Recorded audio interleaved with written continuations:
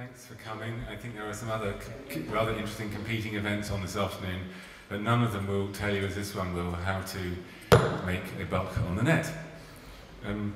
Everybody here probably knows that we need to make money on the internet now. I don't know if any of you have submitted ideas to television recently, but they're very likely to have been rejected with the phrase too niche. But those of us whose brains still function normally know that it's television that's becoming more and more niche, catering to an ever older, ever less adventurous, and ever more conservative audience, piloted by so-called commissioning editors who are following the mind of the market rather than adhering to the fundamental values of innovative, imaginative and original program making. Most of the interesting people in the world no longer watch TV in a way that ratings can measure. And that's why television becomes ever more conservative and ever more middle brow. So everybody here who's interested in pushing forward our medium needs to make money off the internet. And I thought we would, actually, because according to my knowledge of history, which I studied at one of the world's best universities, we had a feudal economy, and then we had industrialization, so we had an industrial economy, and then recently we had a service economy where most people seem to work in call centres and banks. And then, very excitingly, as I read, we were going to have an information economy or a creative economy or a knowledge economy. And I got very excited because I thought that meant me. And suddenly people would start buying my stuff. But unfortunately, until now, what it's meant is that on the whole, the companies which provide access to my imagination and your imaginations in terms of our creative products have made many billions of dollars and euros, but we documentary makers, tragically, are still poor. Now, the people who aren't here have only themselves to blame, but you don't, because you've come to find out how to make a buck on the net. And I use the word buck in the singular advisedly, and very ironically, because it's still quite difficult, but the future isn't very far away. I think irony is good for now, but let's bear in mind that in the 90s the internet expanded at 2,500% a year, and some people got in on it early, and they were the smart guys. I'm very lucky to have 4 people who are at the forefront of internet broadcasting or uploading, distributing and selling films online, which I will introduce in turn later. But first of all, to get us in the mood, is my dear friend, leading artist from London, London via America via London. Anyway, Doug Fishbone. He uses images of the internet as an artist. He recontextualizes and samples them to create new work. Some people might call him an internet abuser. Well, yes. As I was telling you, I was once called a cyber pirate. But can we lower the lights just for the presentation? Yeah, as Ben mentioned, I take imagery from the internet that I sample, and I just wanted to kind of share a small work with you just to kind of hopefully warm up the crowd a bit. And if I can figure out using imagery from the web, if you guys can teach me how to make a buck off that, then I would be much obliged. You know, when I was a kid, I used to worry a lot about growing up. And when I turned 2, I was really anxious because I doubled my age in a year. I thought, well, shit, if this keeps up, by the time I'm 6, I'll be 90. When I got a bit older, I was still pretty worried, but about something else altogether, namely communism. See, I grew up in the United States during the 70s and 80s, which was pretty much a boom time for Cold War paranoia and propaganda about the Soviet Union. We were all absolutely terrified of the Russians. I mean, one of my friends actually had a bomb shelter in his backyard.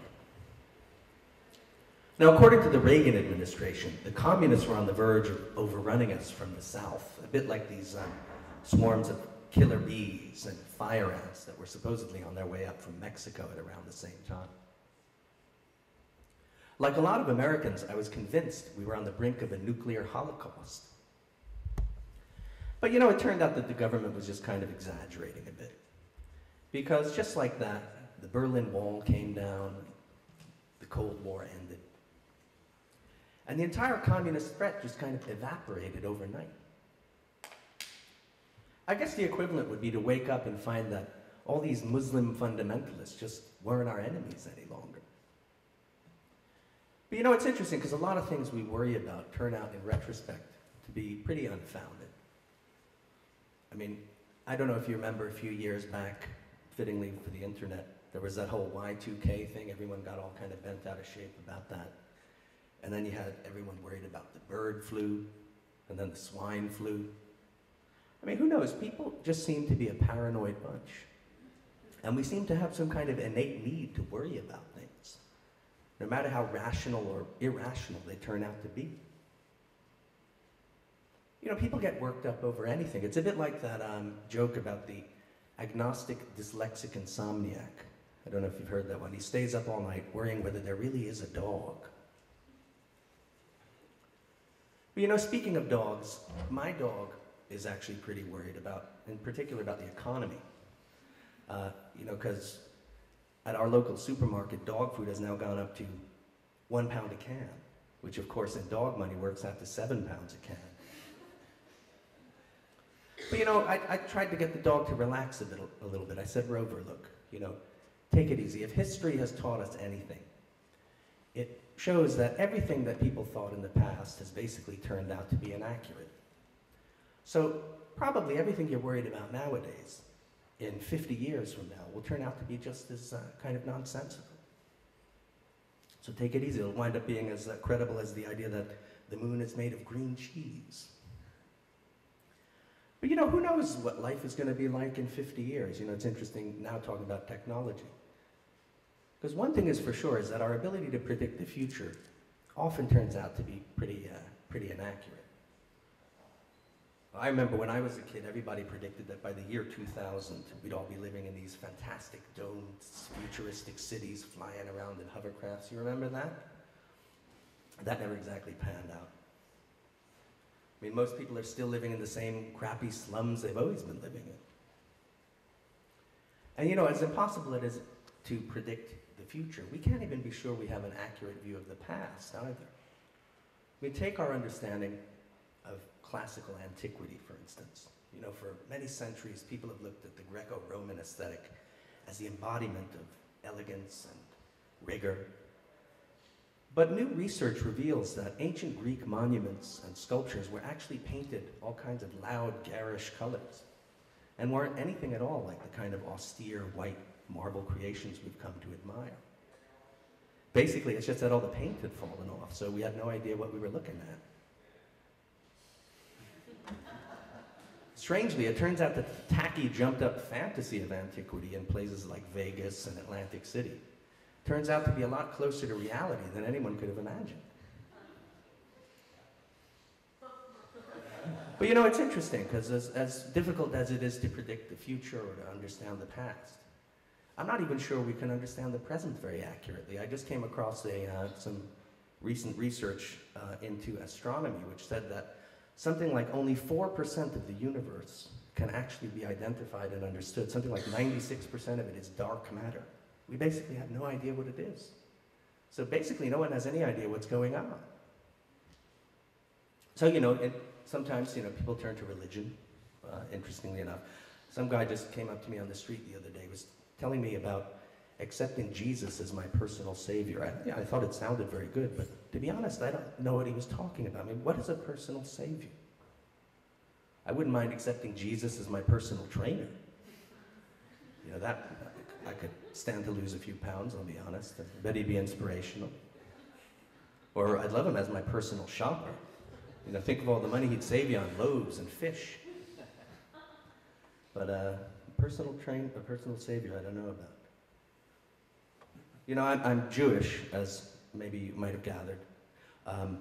My people tend to be a little bit more practical about these kind of economic matters. You know, I remember when I was a kid, I was very into the space program. I was talking to my grandfather one day. I said, "Grandpa, do you realize it costs $2 million to make a spaceman suit?" And he thought about it, and his only response was, "It's too much, considering it only comes with one pair of trousers."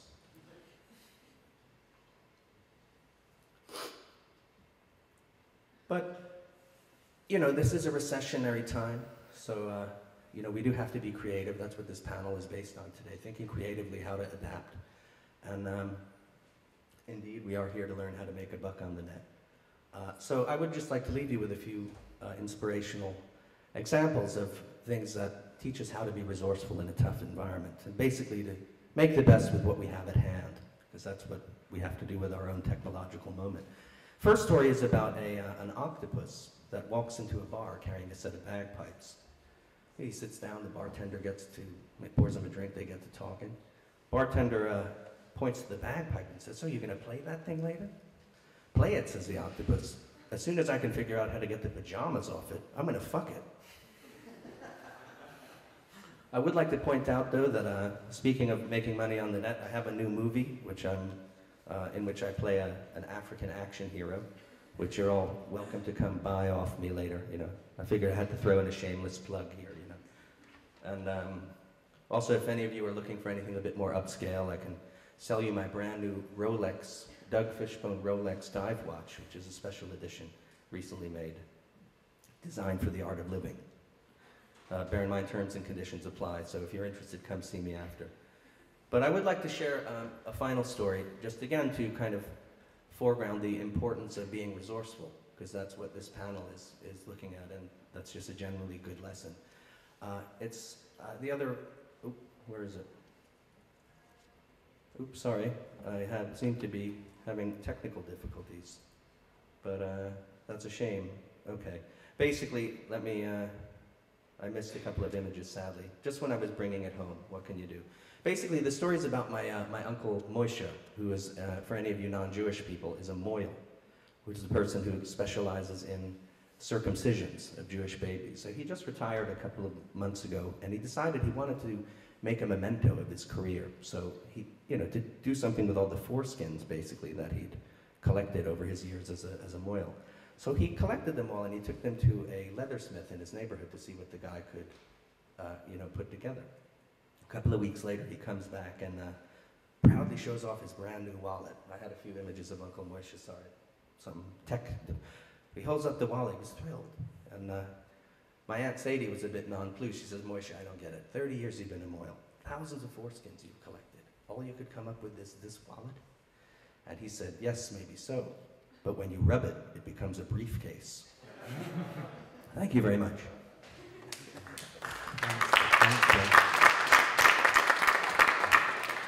Thanks, Doug. I'd just like to briefly introduce my panel.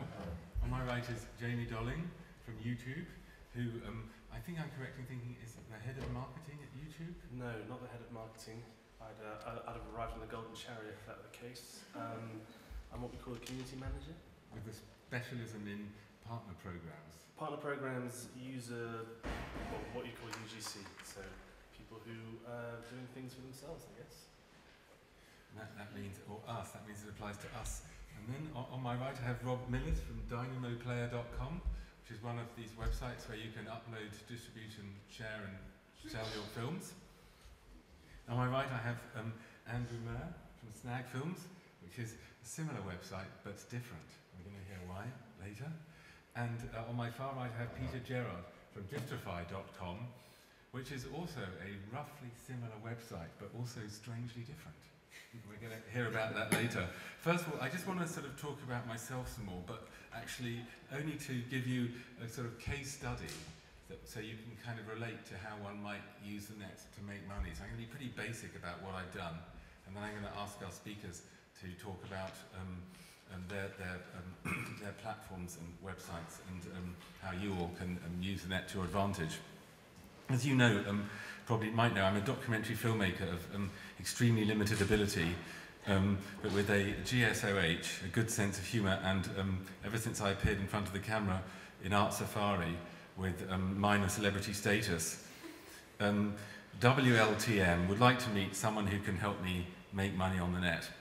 I set up 3 websites a few years ago, one for Art Safari, one for me, and one for this film about communist jokes called Hammer and Tickle.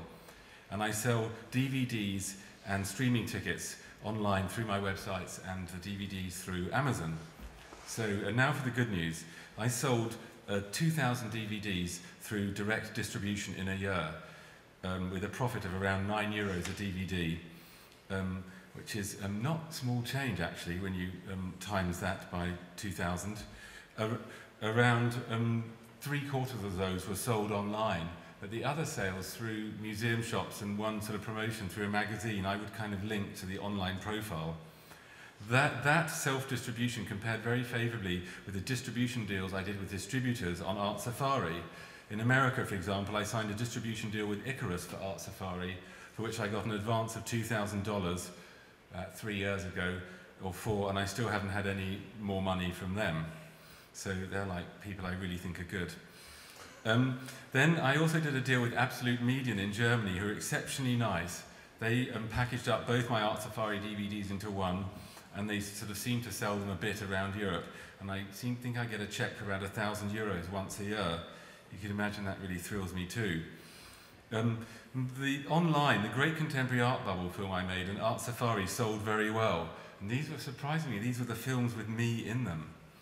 And there seemed to be some sort of idea that films that people identified with me did quite well online, as if one needed a sort of face and a sort of, some sort of vague sort of identity. I didn't really promote these DVDs. I did try and get some plugs on a few websites. I'm now running a sort of competition, offering a free DVD if you post a review of one of my films or something, and I don't think that's had much of an uptake. So there seems to, advertising doesn't really seem to work very well. The more good news I want to tell you is that I have 1,200 FBFs, which are Facebook friends. So people are sort of coming to me because they find my films online. And I'm quite careful not to confuse my FBFs with my CPFs or my SLFs. And the CPF is a close personal friend, and the SLF is a special lady friend. So don't confuse them with your FBFs, whatever you do. I've uploaded around 25 clips on YouTube, and I can give you some exceptionally good news that I've had 750,000 clicks in 4 years. But now the slightly sad news. The documentaries that I make which don't have me in them and which are therefore much more sophisticated and refined are selling rather badly. I made a film called Blowing Up Paradise and another one called The King of Communism, and my film about communist jokes, Hammer and Tickle, and I only sell a DVD once every 2 weeks of those, which is which makes a long tail insufferably thin. And even with 750,000 clicks on YouTube, I wouldn't quite qualify for YouTube's partner program. And I'm sure that Jamie will tell us and me how I can improve on that. I probably have to make much more content, keep refreshing it.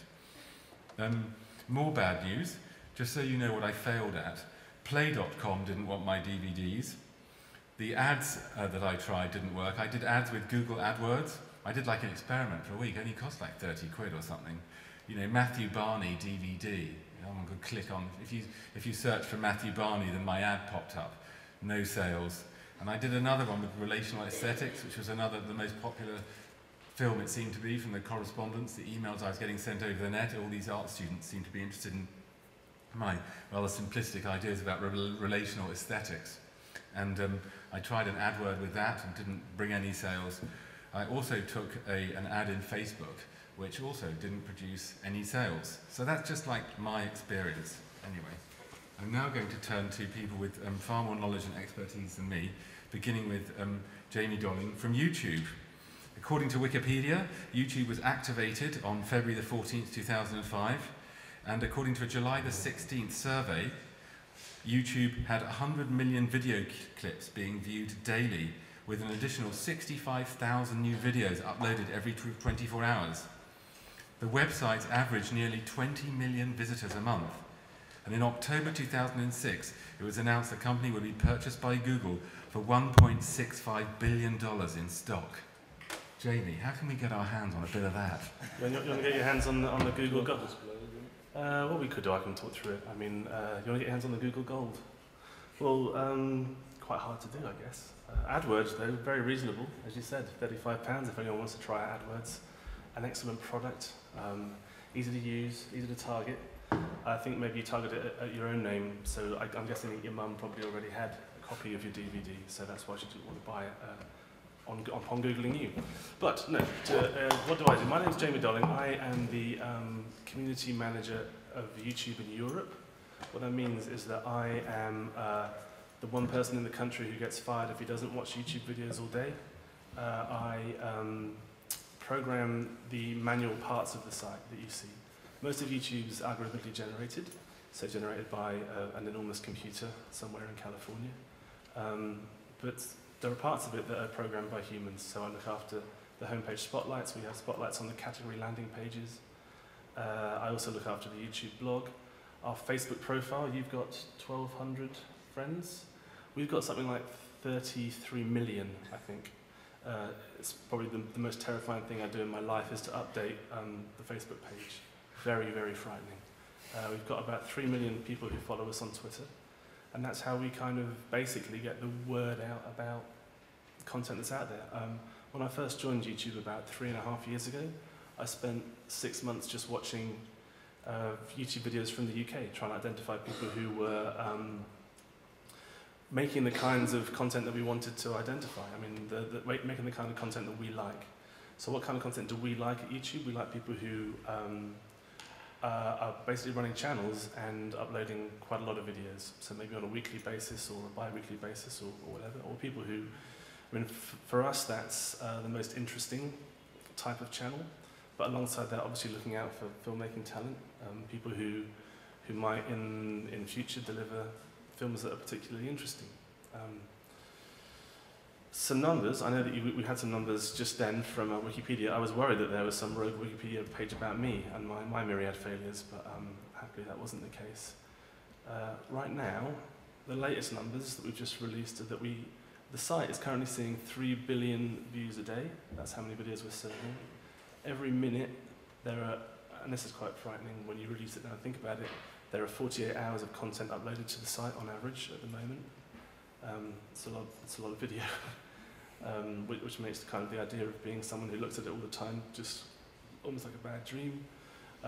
What's interesting to me is that outside the US, the amount of traffic that we get is actually 70% of our total traffic.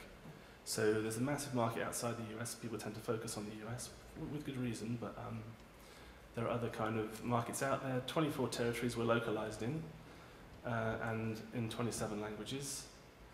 To get to the money side, I mean, for the last 2.5, 3 years, we've been running something called the YouTube Partner Program, which essentially enables people who are making content on YouTube to monetize it, to have ads laid against their content of different types, and to have a share of the revenue that those ads generate with us.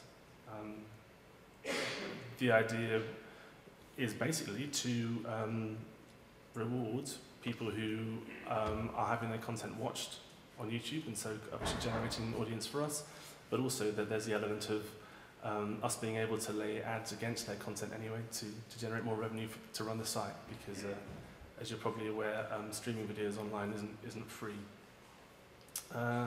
Between 2009 and 2010, overall across the whole site, 45% increase in uploads. But in terms of the partners that we have, we had a 7-fold increase of partners who are generating more than $100,000 a year. That's revenue to them. There's a 154% uptick in the total amount of revenue that was returned to partners, and there are tens of thousands of partners worldwide there are 20,000 plus partners worldwide who are signed up with us right now. That's everyone from Channel 4 to users in the UK like Charlie is so cool like, who's our most subscribed user in the UK, who actually is right now on about 996,000 subscribers to his channel. So he's a very powerful person online, a very powerful person on our site, and is the kind of channel that we like to sort of support and promote. So essentially that's what I do. That's how we monetize your content, as it were, help you monetize your content online. And we have a number of success stories, and we're ranging from people who are obviously making these sort of 6-figure plus sums, but also people who are let's say generating more kind of modest numbers. I mean, 750,000 clicks would generate you at the most basic unit of advertising, considering that was completely sold out. That would generate you a share of $750. So you'd probably walk away in your pocket with around about 300 quid, I'd have thought, or maybe a little bit more than that. So now you know, you've missed out on 300 quid. So, I won't be able to make a lot of documentaries, unfortunately, with 300 quid, but could take a couple of people out for dinner. Yes. Are you going? shot at. Can I ask again? Oh, yeah, no, whatever you like. Because I sort of lined it up slightly Go for differently. You been on that speaker? You're not you're not using a screen, are you? No, All right, I'm going to introduce our second guest, Andrew Murph from Snagfilms. Now, if any of you are unemployed journalists who used to work for national newspapers or important television stations, then I've got good news for you. There is a way for unemployed journalists and filmmakers to make money on the internet, and that is to work for organisations like Demand Media or ehow.com, where you can get paid small fees to make videos and add information to special pages on the net. And there is an eHow entry for Snagfilms, which illustrates what this sort of journalism is like. What are Snagfilms by Tommy Dock, eHow contributor. Is that not his real name? Anyway, Snagfilm is a term given to a movie that originated on snagfilms.com, an open and free social network for independent filmmakers to distribute their work on a mass scale. Snag film approval. All Snag films must be professionally produced and approved by the site before they are posted. Notable Snag films.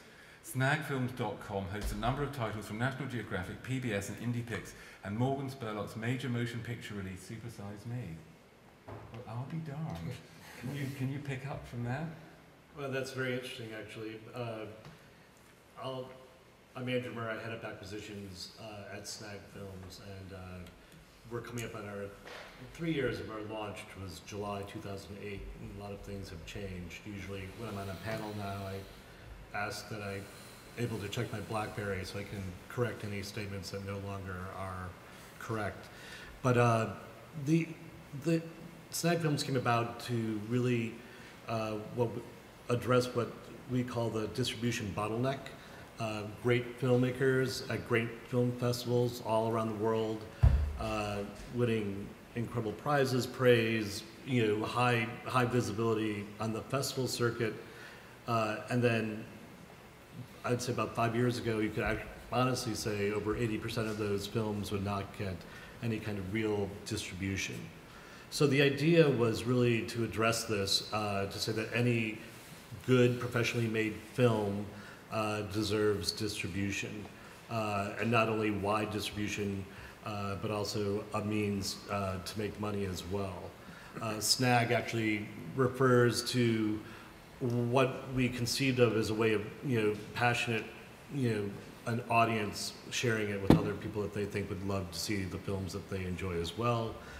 About 5 years ago, widget technology was going to be the technology that was going to, take over the internet. It hasn't, but it works well for us. We dynamically widgetize every single one of our films so that with a few clicks of a mouse, it can live on any web page, period, around the globe.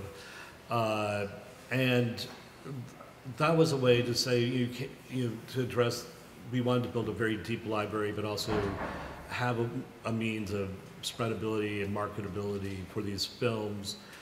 We work in two ways in that way. One way is we live on 100,000 different affiliate sites, people just actually pulling films and bringing them to their own blogs, their web pages.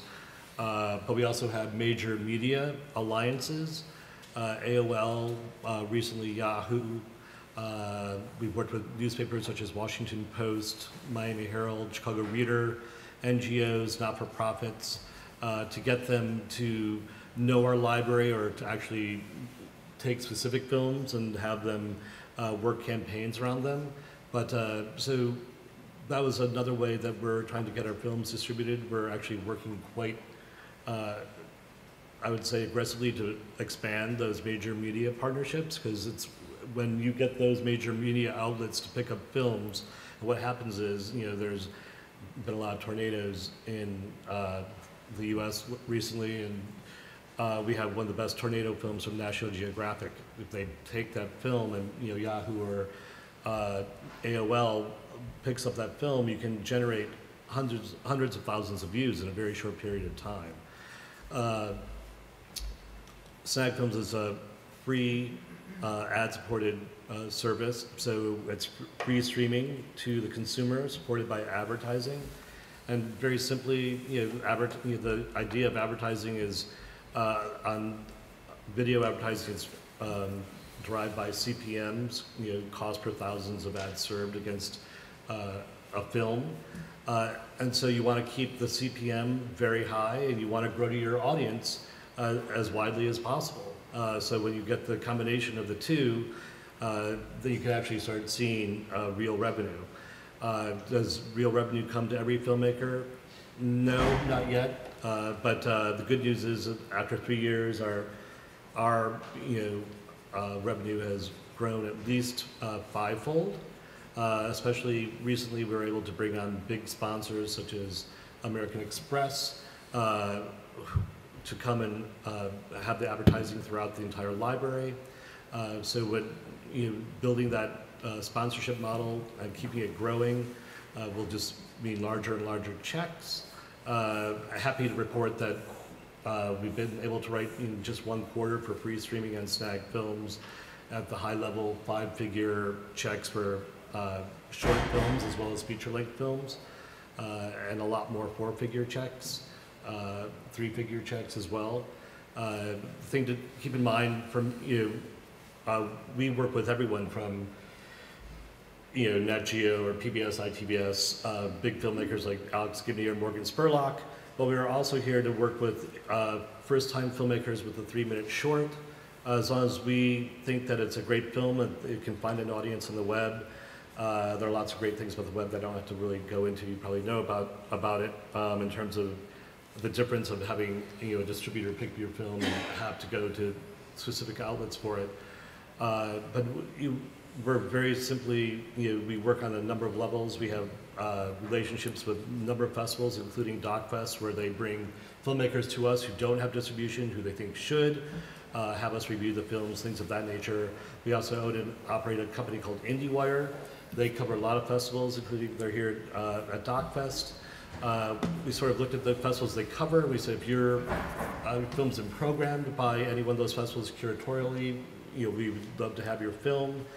So we're really trying to go direct to the filmmaker. And sometimes I try to turn this conversation around a little bit. It's really, there are small checks, there are big checks. It's really the goal of the individual filmmaker, what you're trying to achieve. And I'm sure you talk to anyone on this table and they'll tell you if you're going to be able to achieve it or how, and practically how to achieve it best. Well, I know there's a question on everyone's lips. What's the snag?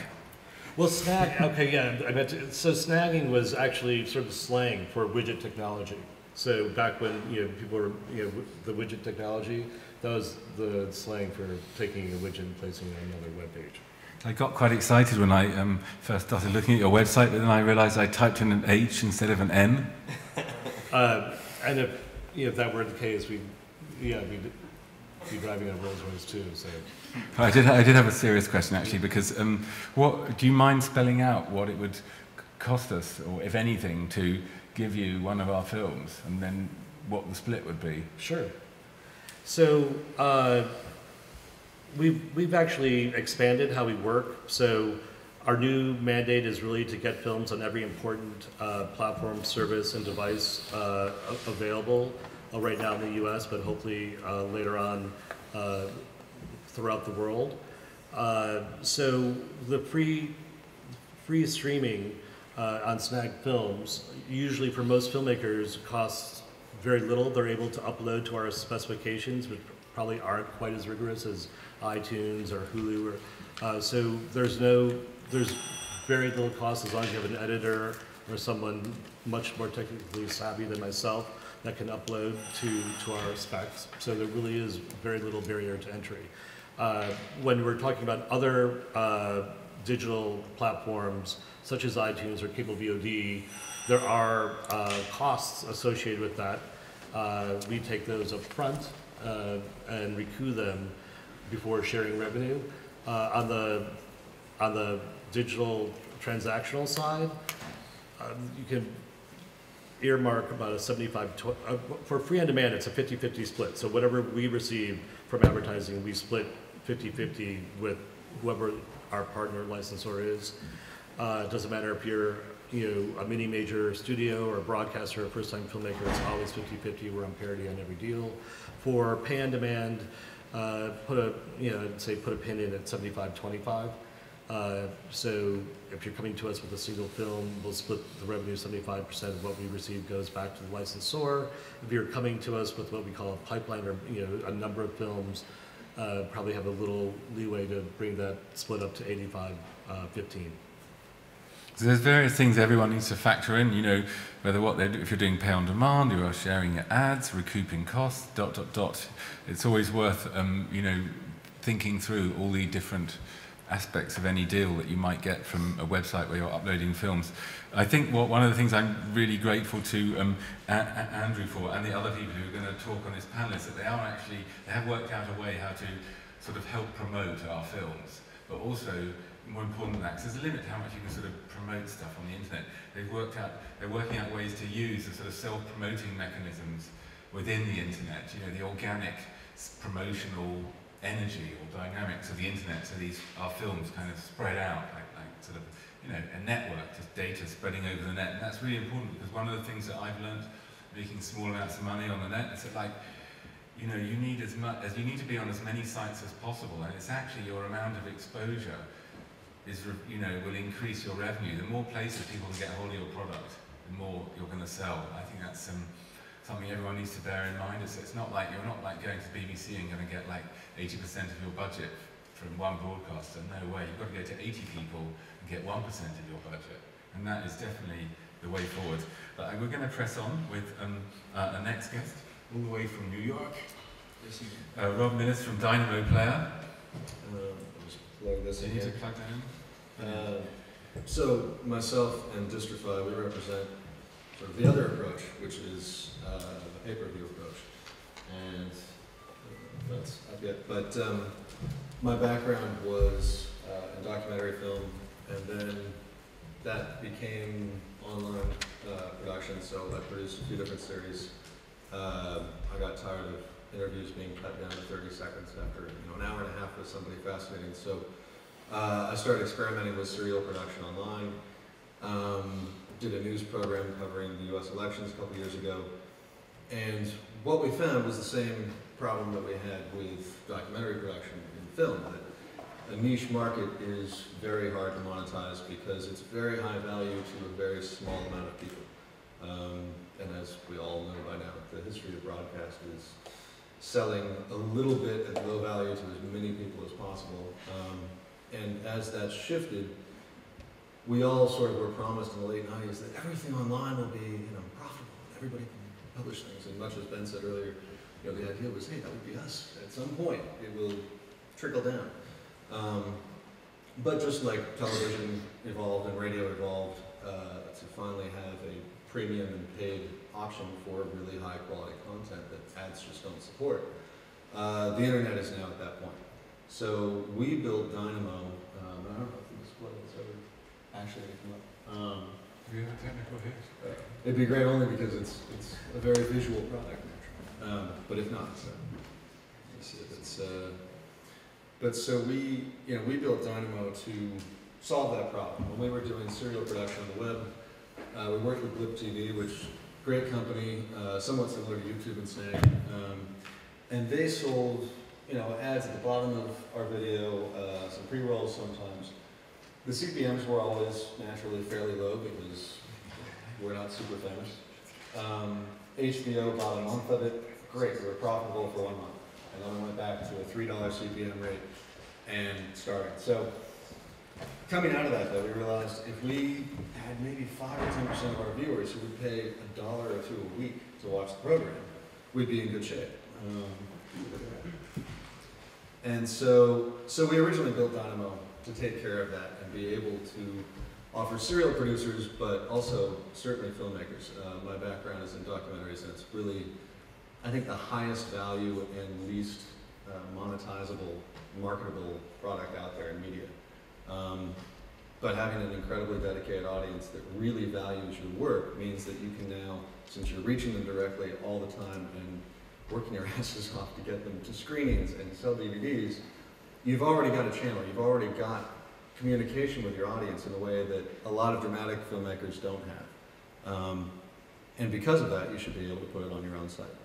So I'll just whip through these quickly, but obviously the market's been shifting. We all know DVDs are diving very quickly.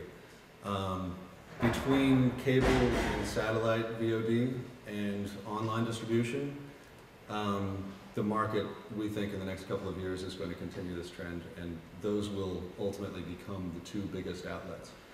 Whether it's through Snag or Netflix and lower priced options, or lower volume, higher priced options like Distrify and Dynamo, we really think that is essentially where it's headed. So the solution for us was focus on direct sales, maximize your marketing. You're driving people to your website, your domain is on your email. Everything about our online identities really drives back to a branded site most of the time.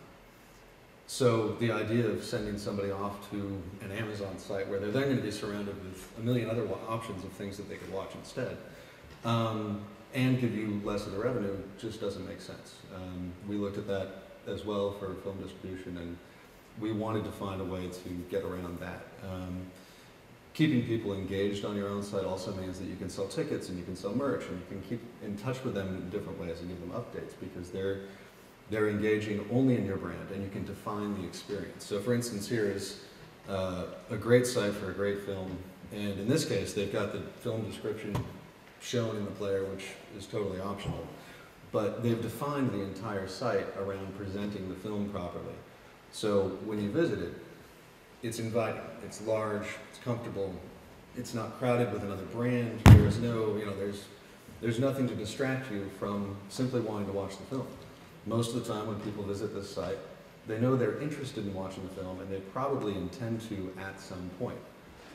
So they're either going to click play and have the option to watch a trailer, which will convince them to watch the film, or buy it for later, or they're going to decide it's totally not for them. But chances are, by the time your audience has gotten to your site, they've already expressed an interest.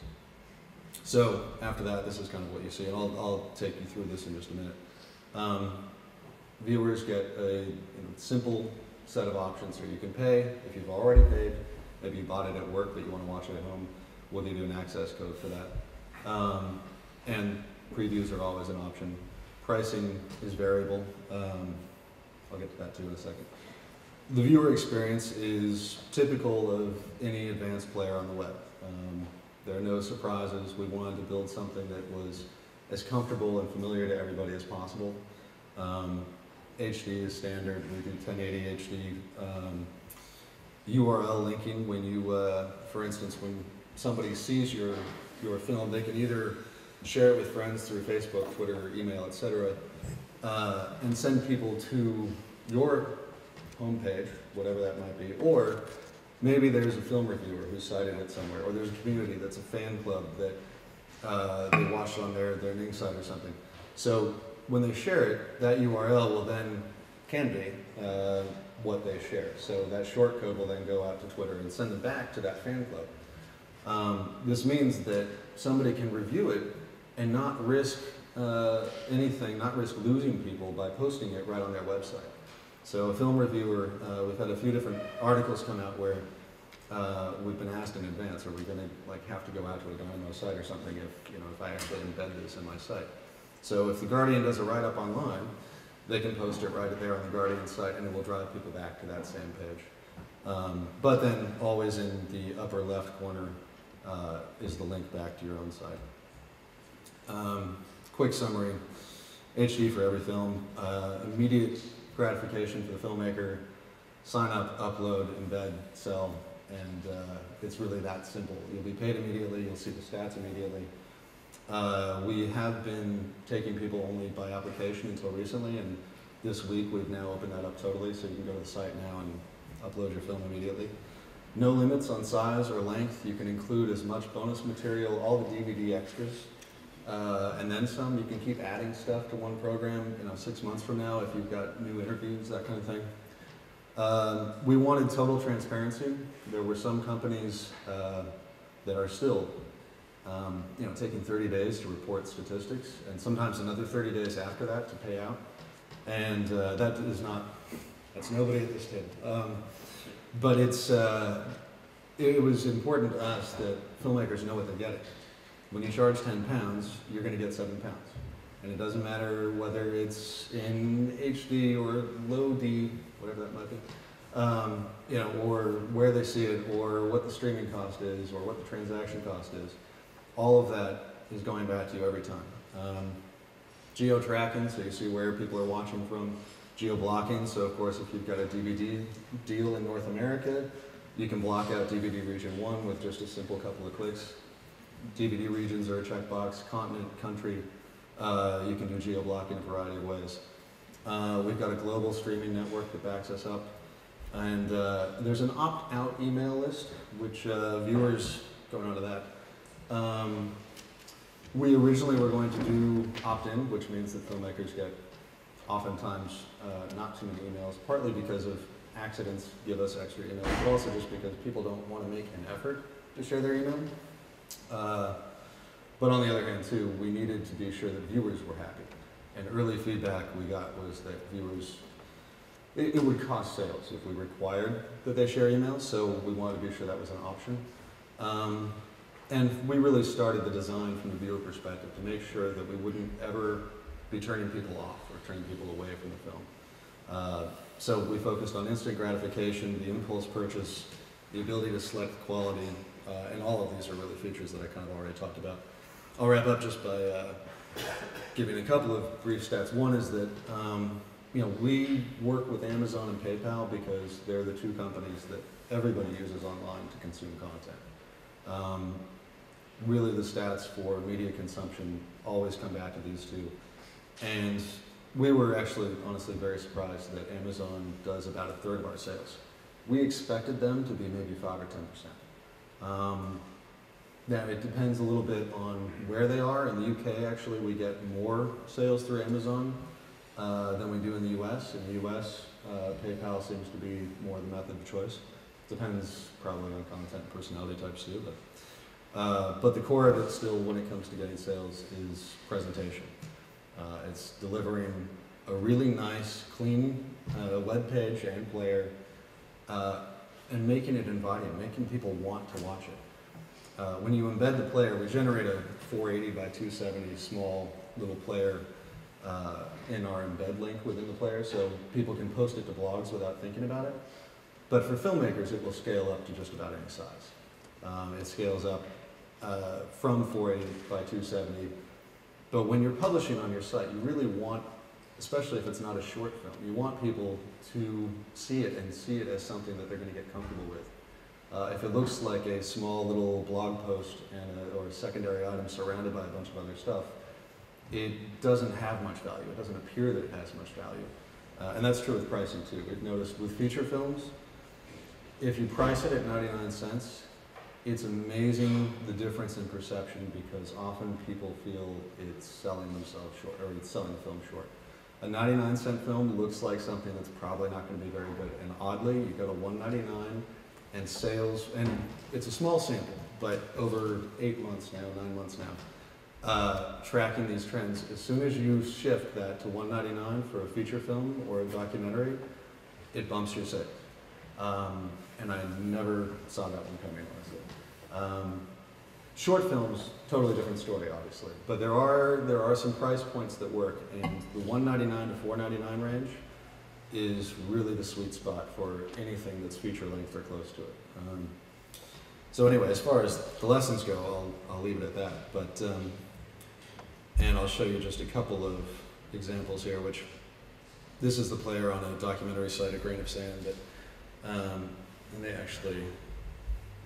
they sort of offer a little bit more about the viewing instructions because they were an early user and they knew their audience wouldn't be familiar with it. But it looks great, it stands on its own. They took the description off the player, so you've just got this giant, beautiful thumbnail. This is what happens when you use geo-blocking, by the way. It will pop up and you'll just see this simple message. So. Right before I came here, I realized this one is apparently not available in the UK. Whoops.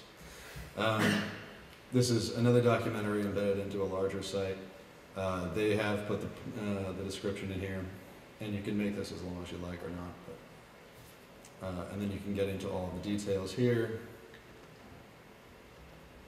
Here you've got another variation using, I think this is just a WordPress template. But these are examples of some sites that we've seen great interest in the films from. There are some sites that don't do this well, and these all really kind of do.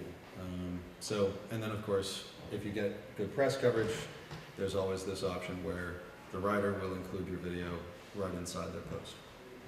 Sorry, Ron, can I just ask what the mechanisms are for the rental? For instance, is it a single pay, or it's rather a single view? Right. Or do you have it in a frame? You That's a can really download good it, point. yeah. Right. No, that's a good point. Everything's defined by the publisher, by the filmmaker. So the rental period can be anywhere from 6 hours to 30 days. Right.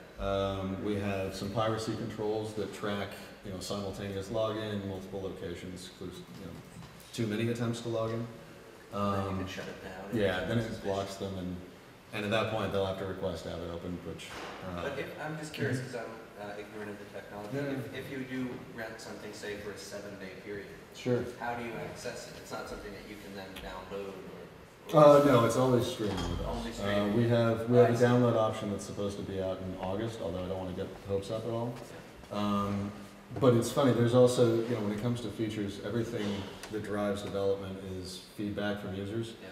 And on the one side, everybody's paranoid about piracy, and on the other side, everybody wants a download option. Yeah. And those two are always important. So we push that out a little ways. But the cookie on your web browser will keep your session active, so you usually don't have to log in or do anything special to keep watching it days later, as long as you're on the same computer. So that's subject to just the choice of the filmmaker. Yeah, and we always email an access code. So if you have, if you paid for it a week ago and you go somewhere else and watch it, you can always just plug that in. I think we should sort of move on a little bit, because we're going to open the floor for some questions soon, but not yet. I've got one more very esteemed guest. All the websites here offer, I think, in different ways, streaming options, and I just wanted to talk to you about my own disastrous experience of streaming. It doesn't apply to anybody here, but anyway, you can also buy tickets to all my films online as streams for like £1.50 or something, and I work with a website called streamingvideoprovider.co.uk. The quality of the stream is excellent. The only problem is it costs me 60 quid a month to keep my titles on there, and I'm selling about £5.50 worth of tickets every month. So, although DVDs are dying, it's still early days. Somehow it feels to me like early days for streaming. Maybe might well be that other kinds of documentary makers making other kinds of documentaries get much more of a take-up than me. And the other sort of failure I've had is getting onto iTunes. It seems to be very difficult, actually, to get onto iTunes, because when you kind of go to their website, there's this sort of form you fill out. It seems so easy, it seems piss easy. It takes about 10 minutes. You fill out the form, you think, great, now I'm going to be on iTunes and shit. And then you never hear from them again. And there are some websites that will, distributors, I think there's one called distributor.com, that will get you onto iTunes for the princely sum of sort of $1,500 or something very steep like that, which doesn't really seem worth it to me. Anyway, those are just a couple more of my experiences trying to make a buck on the net. But I want to turn now to our last guest, who's also come from America, as I understand. Well, I was born in America, but I live in Edinburgh for a Scottish company. Edinburgh, okay, that's not quite so far away. Peter Gerard from Distrify.com. Thanks for coming. Thank you. As you heard from Rob, we have a similar service, and Distrify kind of encapsulates all of the features that Dynamo Player does, and we have a few other things which strengthen your ability to work with your audience across the value chain, from the early stages of development in your project through a theatrical release and all the way to home entertainment. So just to give you a quick look at what it looks like, the Distrify player, like Dynamo, can live on your own website. And here's an example of a documentary that I made, actually. And it's got the option to watch the preview, or you can click to watch now, which gives you a few options. So I've enabled people to watch a streaming video for $2.49, and of course the prices are displayed in your local currency, and gives people a customer confidence that it's something that they can pay for on their own cards. But of course we also offer the ability to package other items with your purchase. So if somebody wants to watch the streaming and also get a DVD in the post, they can choose that option as well.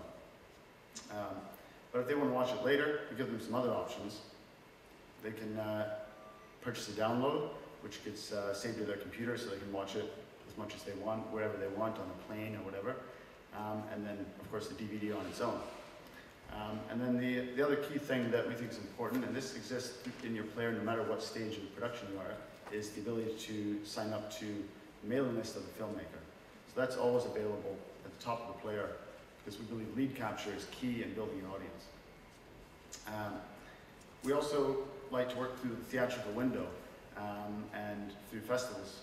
The Edinburgh International Film Festival, which starts next week, is one of our key launch partners.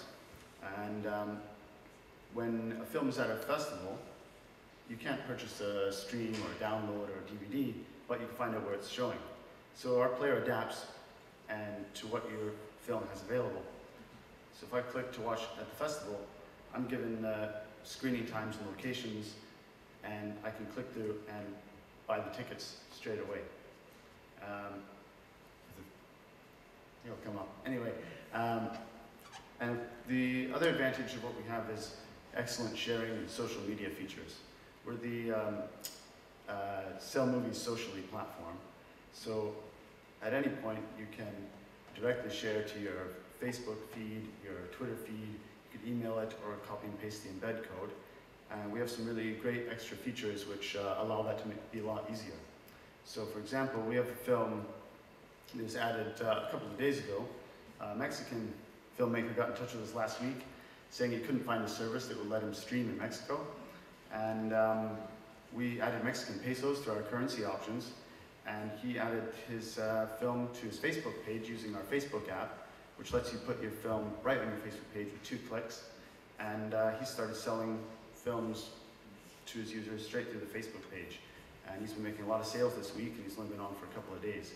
So that's fantastic. And he can also set the pricing differently based on the territory. So he set $2 for the world, but in Mexico it's a bit cheaper because of the different economy there. And it's of course priced in pesos. And also, like Snagfilms, we believe that having media partnerships is key. And so we're forming a partnership with the Guardian newspaper. And through that, they'll be promoting films that they've got the rights to through Distrify. Here's a quick example of a film that's just come out in cinemas. It's Rio Breaks, which they've promoted on the Guardian site. And because the screening's already happened, the screenings are no longer shown in the player, but we collect the email addresses so that it's ready for the DVD release later. There'll be another film they're going to launch starting July with Martin Scorsese, and we're excited to see how that goes and how this partnership develops.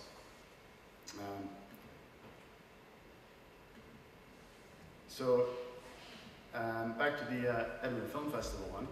The Perfect Sense is a film that we're working with. It's doing its UK premiere at the Edinburgh Film Festival next week with a red carpet with Ewan McGregor, and the distributor is going to promote the film through the Distrify player throughout the theatrical release. So at any point, you'll be able to find out where it's showing in your area. And then immediately when the window changes to home entertainment, you'll be able to purchase the streaming, the download, and the DVD straight through the player. And the nice thing is that's all updated by you from your sort of control panel, and no matter where it's been embedded, all of those rights change over, and the user is presented with what they can buy at that time. Naturally, we have geo-blocking as well, but rather than hiding out the trailer completely and preventing you from finding out the contact details of your customer and where they're based, so you can look at strengthening your distribution options in the future, we only show you the user the products which are available in their area. And if there's nothing available, they sign up to your mailing list, and we give you a really nice heat map showing you which areas of the world you should be releasing your film. And this should help you react to the user demand and the audience demand for your film, and work with your audience to enhance your distribution strategy as you go. That's really cool. That's really, yeah. I mean, all the gentlemen on these panels have got really quite sophisticated websites that offer lots and lots of different options. They really actually have thought through quite carefully how they can use the technology that's around at the moment and how the internet works at the moment to maximise the numbers of people we can reach through our films. And as I say, although it's early days and I can't help a lot of irony creeping into my tone when I talk about making money on the internet, nevertheless, you know, these websites are very, very well designed. They're very attractive to use. And I had a good look at them all. Even Andrew Mez hasn't been able to show us his tonight. That's a very nice website too, and you've all got to go and take a close look at them. I don't know if I interrupted you there or... well, we're running out of time anyway, so let's open it up to the audience. Well, we'll have some questions in a minute. Yeah, I just wanted to encourage you to look at the websites and also, you know, take advantage of YouTube. Actually, you know, some of YouTube's most successful and popular clips have only taken a few minutes for people to make and then upload. And I think us documentary filmmakers, particularly, you know, the younger ones among us who also kind of edit all their stuff on the computer, just keep experimenting, lob the stuff up there, check out how many people watch it, see if you can find out where your passions coincide with, you know, maybe a possible audience. Might work for you, might not, but I mean, certainly my experience is just keep going, keep trying to think up new ideas. Not every idea of mine has worked, but, you know, 20,000 euros on DVDs in a year, it's like, that's quite good. That's really not bad for somebody, a small fry like me. I'm going to take some questions in a minute, but I'm just going to run through my quick advice list to you, which is just my personal one. Other people, you know, can contradict me or contribute their own advice. Firstly, self-distribute, everybody. If a distributor rings up, make sure you laugh in their face unless they offer you an advance of 20,000 euros, right? That's just, you know, one of these people who will sell your films to TV channels. Don't sign any exclusive details if you can avoid it, not least because the situation in terms of where your films can go and what you can do with them is going to change enormously over the next 2 years. Watch out for fees. If possible, avoid them. Watch out for anybody who might charge you fees in the future. Don't get too tied in. Be optimistic. As I said at the beginning, the internet grew in the mid-90s at 2,500% a year. That's pretty good. Transformation is very fast. And lastly, I'm saying get on as many platforms as possible. As I sort of couldn't resist saying earlier, it seems clear to me that the more websites you're on, the more you're going to sell. So, questions to any... Brilliant. You, sir. I've got over 300 sports videos and DVDs, and I identify the DVD market almost is dying on its feet. I've got over 300 sports videos and DVDs I've distributed the last 20 years. The DVD market is kind of crashing and burning. Am I able to, one, do you do sport, and two, do you do non-exclusive deals where I can put my content on all three of your monetizing platforms? Yeah, I think so. I think all of us are non-exclusive, I believe. And yeah, I know you can put all of them up tomorrow if you like, with no cost. And yeah, you can also package multiple videos into one program. You can sell them individually. Yeah. Have you got experience doing sports content, or is it all films? I can say that we've got a great rock climbing series thing. No, I mean, also that's the YouTube. On YouTube, I actually put a thing on about you're looking for people who have content to download, and I filled in this form many months ago and never heard anything back. Is that taking shape? You didn't mention the download. Well, yeah, I mean, I think that in terms of download to own, the conversation would more be with people like you who have an extensive archive of content, because it's what I was talking about more was the self-service platform, so the ability for you to go in as anyone and potentially kind of sign up and monetize your content. But you know, when you're looking at a more substantial archive, and particularly, I mean, sports content does very well on the platform, so you're looking to generate more. I mean, I actually know the guy who looks after the sports area, so feel free to tell me what he's missed out on, and I'll have a chat with him on Monday. There's another quick question. I noticed one of the other sessions, somebody was selling a TV program online, and they're making more money doing it.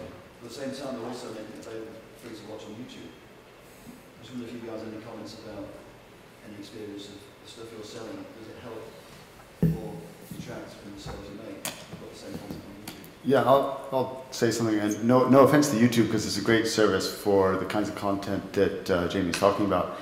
But I think if you're looking to actually sell your content on a purchase basis, every viewer on YouTube is potentially a lost customer, because it's very difficult for you to see something on YouTube and then end up on a site where you can purchase it, which is why you know, Dynamo and Distrify are both putting the ability to purchase it straight in the trailer.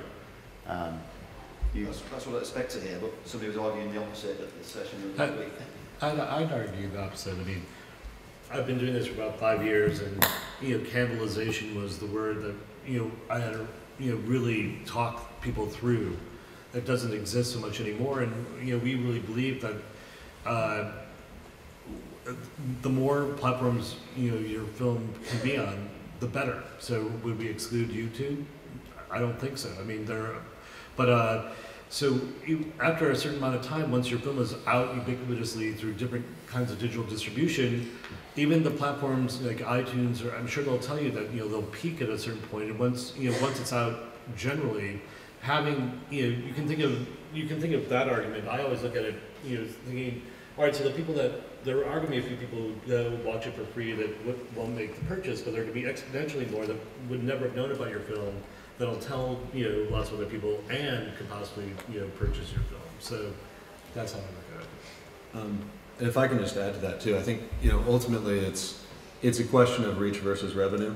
And for instance, Morgan Spurlock, he is on Snag after, I think Virgil turned him over to Snag after about a year of DVD sales and theatrical screenings, and it doesn't mean that it shouldn't be done. It's just a matter of timing, how it's approached. And ultimately, if you've got an advertiser lined up, or somebody who can line up an advertiser, and you can get a $50 CPM, that's fantastic.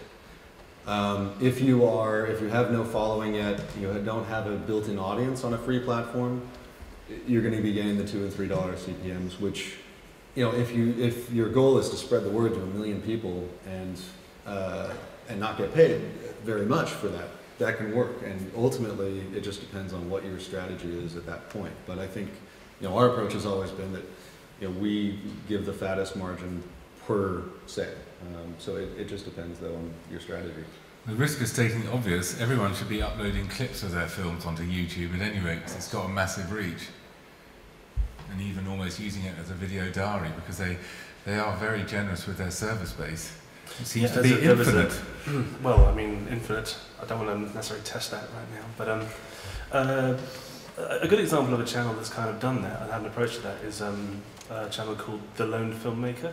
So it's a guy who, maybe you've seen it, a guy who basically went up into the Alps and a slightly crazy mission of making a film on his own, a feature film on his own. So he went up and with his girlfriend was kind of recording vlogs, basically, a video diary, as you say, of the filmmaking process and the highs and lows, and starts off with a pile of money, which is like 10 grand, and ends up with €3 or something. And admittedly, a lot of film, and he hasn't quite put it together yet, but he's still using the channel, and he built up a substantial kind of user base, videos generating 500,000 clicks each.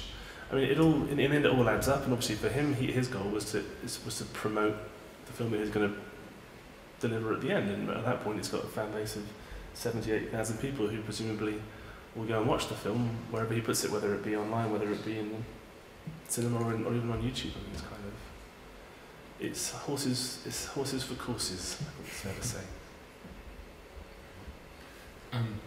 Yes, sir, at the back, on the right. Hi, I've got probably slightly annoying question because it's a bit personal, but I'm a YouTube partner, so the question's directed towards the YouTube representatives. I'm a cameraman for BBC and Channel 4, that's my main thing, but I've got the partnership from doing quite well uploading films on YouTube. I've got over 1 million views, going very well, I was earning quite nice off it. But the problem is nowadays is everyone's got their own YouTube channel, every single client I work for have got their own. So what's happening with me, for example, I'll do a music video, it'll get 800,000 views, but the client wants that on their YouTube channel, and they don't want multiple copies up there because they want all the views to go back to their record label. So I'm not earning any money off that anymore. So my partnership's almost dead because I'm spending all my time doing TV programs and stuff, and I don't have the time to upload the personal clips. So I just wondered, is there kind of a way of of maybe bringing some of that stream back to my channel. I don't know if you can answer it now, but maybe put me in touch with someone who could advise me, because I feel that, you know, that often these record labels, they don't actually have the partnership. So I've got this partnership that I'm kind of wasting away a little bit with it. So. Well, I guess, I mean, you say it's going to be a personal basis, and obviously it's going to be rights-based as well. I mean, if someone else owns the content, as it were, or feels they want to enforce it there, then it's theirs. Also, I mean, you know, so that's, I guess for you, that's a personal thing to figure out. It sounds like you're making good videos anyway. I mean, as you said, if you can find the time, then please make some more. It sounds good to me. I mean, it's tricky. Music's a really interesting one. It's massive on YouTube, a massive area. We have new tools, or tools called like Content ID, which mean that people who own like audio or like AV kind of content can claim it across the whole site and then monetize instances where it might be uploaded. So like, you know, if you have a video of your cat playing in the garden to Shakira, and Shakira can claim that and serve ads against it and then generate revenue. But in your case, it sounds pretty individual, and maybe you should thrash it out with them. So when record companies weren't bearing down on you then, and you were uploading videos and getting over 500,000 hits, what were the profit margins as a partner? I don't know, the paperwork is slightly colossal, and the legal talk is quite big for someone like myself who's not really versed in that type of language. So I basically haven't read all the small print, is the long and short of it, but I don't know. I just get these random checks every now and again, but I really don't know what my percentage is. I'd love it if you could tell me. Well, how big are the checks? I can't remember, because they come in Don't to be my... coy. No, honestly, they go to my Also, business address. We don't do so, checks. There are no checks. Yeah, well, it's a bank transfer now, but it was checks when it started, right? Yeah. Okay. So they're around about. There's one for 80. There's one for 160. There's one for about 300. So these are for videos that are around about 600,000 views. Yeah, so obviously, compared to a camera job, I can do one day for BBC £500. So it's not, you know, legitimate for me to do it, but I think it's good to keep it ticking along in the background, you know, just in case something did blow up. Yeah, I mean, the revenue share is pretty consistent, and it's more than, I mean, I'm not at liberty to divulge the actual percentage, but it's more than 50% goes to the content owner or the uploader. And the amount of money that you generate depends upon two things, one of which is how many clicks you generate on a video, and the format of the advertising that you have set against that video, and obviously the amount of money that we can sell that for, so the CPM rate. So if you kind of go from, when I talked to you before about your kind of £300 rate, that would be like a companion ad that would sit alongside video. You can see them to the right. The more invasive, as it were, the advertising, the more revenue you'd expect to generate.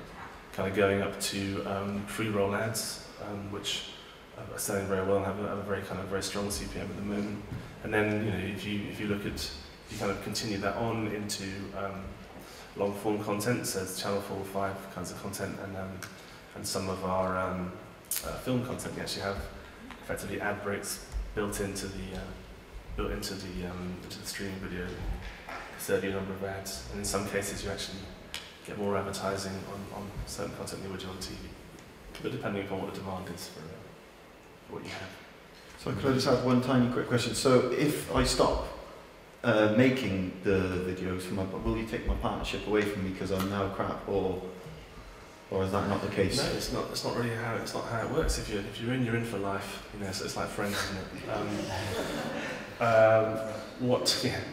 What would happen? I think that the only way that people have their partnerships removed, as it were, or rescinded, is for uploading content that's inappropriate and against our terms and conditions. I mean, as a partner, there's a reason why you're brought on board as a partner, is because you're making content that it's very important you own the copyright to, and content that's kind of a type that we understand from advertisers that they're happy to advertise against it. I mean, you can imagine there are all sorts of content out there that isn't perhaps to advertisers' tastes, and it's important for us as a business to kind of align with that. The lady over there had a question, I think. Am I right? Thank you, Ben. We produce and distribute artists' films, so we don't distribute content, we distribute art. And therefore our rights holders, who are artists, are very concerned about DRM. And I wondered if you could talk a little bit more about the piracy issues and protection of films, which in some instances are art and unique objects. Can I say something on that? Well, the issue of DRM is really DRM is digital rights management, like on sort of iTunes platforms, where the file can only be used on 5 devices. But the reality of it is that if somebody wants to pirate that video, they will, and they can. And there's no protection method which is 100%. So any kind of digital rights management is only sort of reducing the possibility that the casual pirates, as we like to call them, might share that beyond their 5 licensed devices. So the approach that we take is with affiliate revenue share. So rather than encouraging people to become pirates, we encourage them to make micro businesses out of sharing films. So if you've got an arts film and someone likes it, rather than uploading it to another site, they might just embed the same player that we have and be able to earn, say, a 5 or 10% revenue share on that. And we find that that is a really great incentive to reduce piracy when there really is no foolproof technical method that will stop piracy. It's worth, I'd add to that too, it's worth noting that the biggest risk for piracy is in the most popular content out there. Partly because people who pirate it usually have some interest in cred and being awesome in some site where it's shared, and being the first guy to get 1,000 of them shared around the world, whatever. That's more likely to happen to Brad Pitt than any documentary. So that's, it's not great to say, but the fact is that the more niche the content, the less the risk there is. And he's absolutely right. I mean, there's downloadable software with almost any source online. So I only got pirated once or twice actually. I haven't had major experience of piracy. I found like my film on Rapidshare, and I just filed off an email saying this is mine and I haven't given my right permission for it, and it was off the next day. At least I can never find it again. I often look for my films on Vooz in the hope of finding that I've been sort of pirated, but nothing so cool has actually happened. Yeah, I think it's less of a problem for us than people often think. But I didn't quite understand how your system worked. What you're saying is you only do streams. You embed the player on your website. We have streams or downloads, but if somebody wants to share the film, it's very easy for them to just click share or embed, and they can put it on their own blog or on their own site, or just send the URL to people. Make it really easy for people to buy it cheap. Yeah, and anyone who's sharing gets a percentage of the revenue that's generated by their sharing.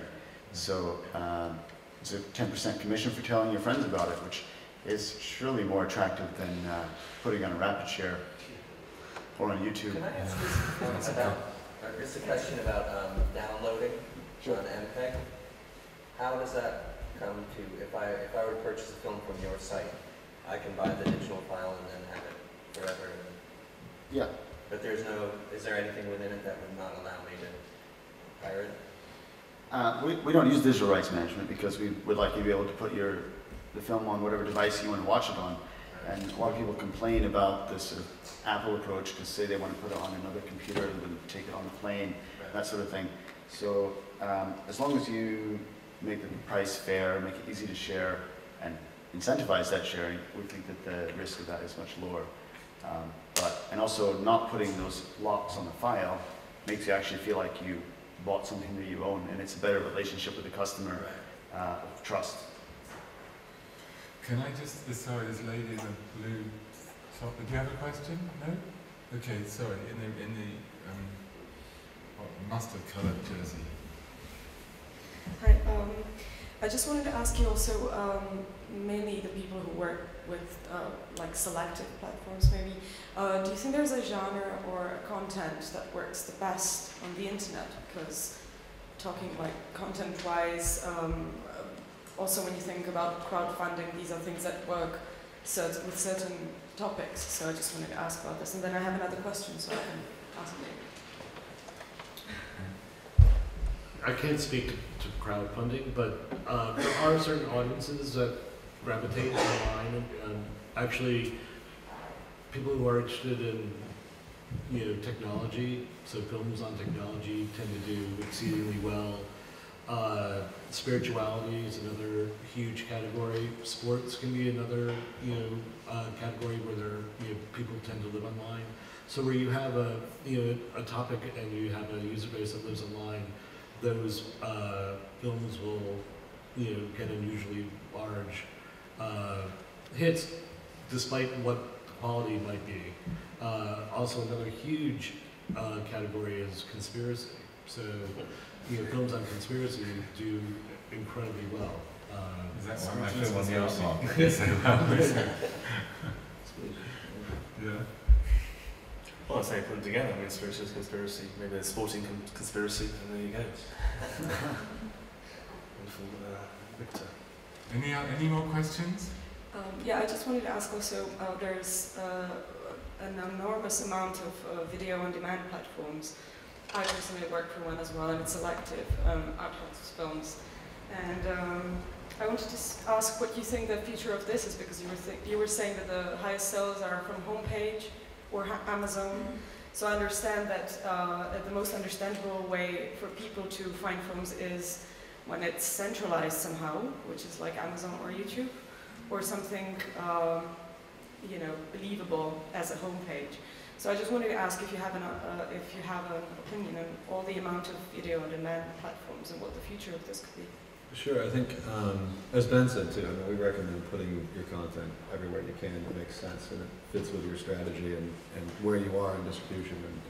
And mostly, for us, the last several months watching sales, all of it, the majority of things, vast majority, comes through an identifiable branded website that looks good and is clean and all of that. But that doesn't mean that you're not going to get sales everywhere else. We have films that were totally unnoticed by the iTunes audience because they just never got promoted or whatever, and then do well on their own site. But we have other films. Transcendent Man, who I showed as an example, they were in the top 5, I think, in iTunes for a while, and they've done quite well with us. But they're always going to get more sales there because they were featured in top of the list and all of that. So it really depends on the film a little bit, how it's promoted, and certainly there's a lot to be said for the social networks and recommendations from friends. And I think that's for the free platforms like YouTube, that's and Snag, that's been kind of the bread and butter is the constant casual viewer just seeing things pop up. For a feature doc, it's a different market. And there you're going to have, iTunes, your homepage, and a couple other spots that are really going to drive everything. But a lot of it's up to you, and sort of what strategy makes the most sense and where you focus your efforts, I think. Just as an aside, what's been interesting on YouTube of late is looking at music channels that have been successful.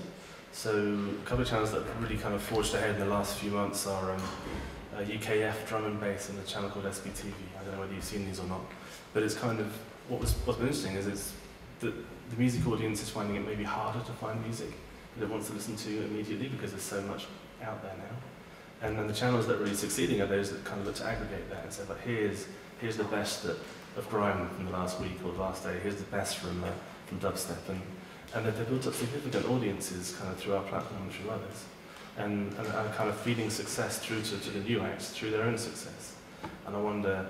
I think to myself, where would I go to see documentary films? Maybe it would be one of these guys' sites, or maybe it could be a channel on YouTube that would kind of spin it out.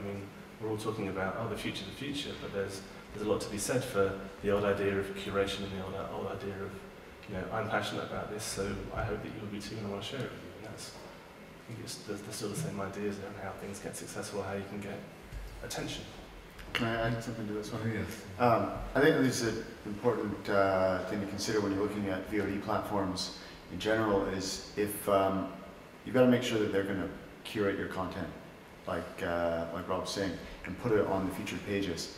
And if you're looking at a deal with someone and they're not going to do that, there's no point in doing it. With the sort of bricks and mortar comparison is imagine you get your DVD into HMV and they're not going to put it on the shelf and they put it in the basement. Sure, it's at HMV and that's great, but no one's going to see it unless they go and ask for it. And that's usually what happens if you do a deal with a large platform that is just trying to get as much content as they want. Which is why something like Snagfilms is better, because they're going to put only the films that they think are worth putting out and finding an audience for.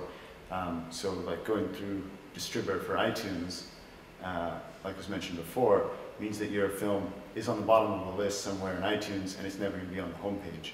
So you've got to have a relationship with the curator in order to actually make those platforms work. As just a small example of that too, I mean, one of our users, without defining too much, is a distributor with a couple hundred titles that they put out on Dynamo. And I can't give numbers, but I can say that they are one of our worst performers. With 200 titles to sell, they still sell less than almost any independent filmmaker on their own using our platform, because they threw stuff up online and didn't tell anybody about it, didn't promote it, and it just sits on a web page, you know, dozens of titles on a page that nobody's looking for. So it's, yeah, I mean, you want to be sure you're partnering with people who put in the effort. Yeah, you got to have discovery. Yeah. Okay, I'm going to take one more question. I just want to make one point about this idea of discovery. I mean, of course, what's benefited me is the fact I'm on telly anyway, you know, and if they show my film on Arte, and they keep repeating these films that are 7 years old, if they show them somewhere, then I flog a few DVDs or a few streaming tickets, and I'm not sure how many of you have this real added benefit of TV, but you probably don't, but you know, you've got to get the films out there in other places as well. You've got to get them into film festivals and reviewed on websites and such like.